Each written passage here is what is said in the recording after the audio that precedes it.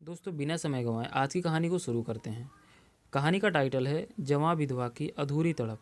दोस्तों ये कहानी 2 भागों में विभाजित है।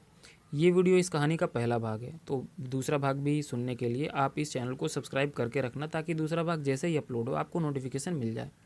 तो चलिए सारी बातों को साइड करके कहानी को शुरू करते हैं। कैसे हो आप सब? आई होप आप सब एकदम बढ़िया होंगे। दोस्तों आज की कहानी का शीर्षक है जवां विधवा की अधूरी तड़प। तो चलिए दोस्तों इस कहानी को शुरू करते हैं बिना टाइम वेस्ट किए। मेरा नाम समीहा है, उत्तर प्रदेश की रहने वाली हूँ। मेरी उम्र 35 साल है और मैं एक सरकारी दफ्तर में कार्यरत हूँ।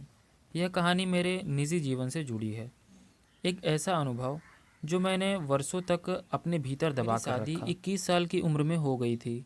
मेरे पति एक जिम्मेदार सरकारी अधिकारी थे और 2 साल में हमारे घर में एक बेटे ने जन्म लिया। हम एक शांत सुखी परिवार थे।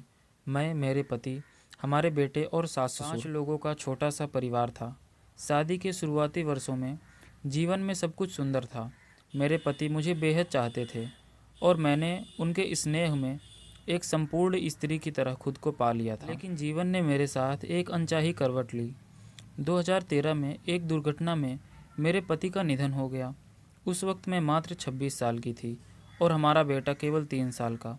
एकाएक सब कुछ जैसे ठहर सा गया। उसी समय में उनकी नौकरी मुझे मिल गई और मैं कामकाजी महिला बन गई।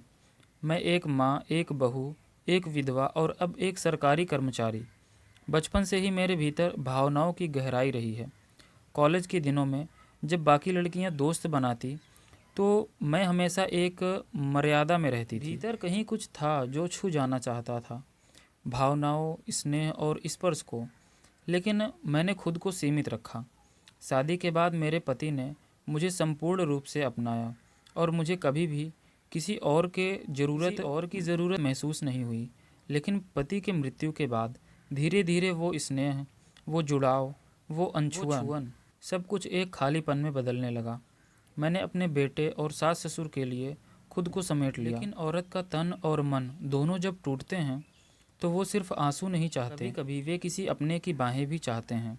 मैंने खुद को संभालने की पूरी कोशिश की। कई वर्षों तक कोई भी पराया पुरुष मेरे पास तक नहीं आ सका। मैंने सामाजिक मर्यादा और अपने संस्कारों की लकीरें कभी भी नहीं लांघी। लेकिन भावनाओं को कहाँ बांधा जा सकता है। काम के माहौल में कई बार ऐसे लोग मिले जो मेरे रूप को देखकर आकर्षित होते, लेकिन मैं अपनी गरिमा बनाए रखती। मेरे तन की बनावट आकर्षक थी, ये मैं जानती थी, लेकिन मैंने कभी इसे हथियार नहीं बनाया। मैंने हमेशा खुद को ढक कर रखा।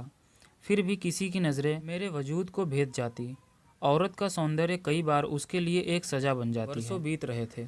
फिर एक दिन 2019 में मेरे ऑफिस में एक ट्रांसफ़र हुआ। एक नए अधिकारी आए जिनका नाम अनिल। 50 वर्षीय अनिल, ऊंचे, सुदर्शन, गंभीर और विनम्र।